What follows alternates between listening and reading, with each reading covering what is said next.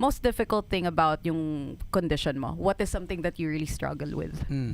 Siguro yung eyesight. Paano ba yung eyesight? Nearsighted ako, Kuya Mac. Nearsighted ako. Talagang I cannot read far things. Okay. Nag-phone ka.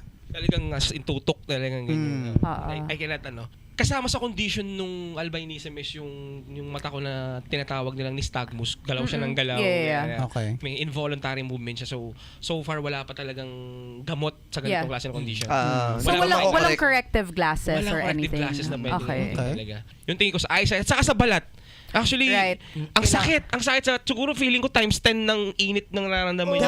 So you need, kailangan mag-sunscreen all the time. Kailangan may sunscreen ka. Kaya pala mabilis ka mamula. Yeah, yun din. Kasi wala akong yung pigmentation na nagpo-protect sa balat ko. Yun Mas nga. prone ako sa skin cancer. May mga kapatid ka.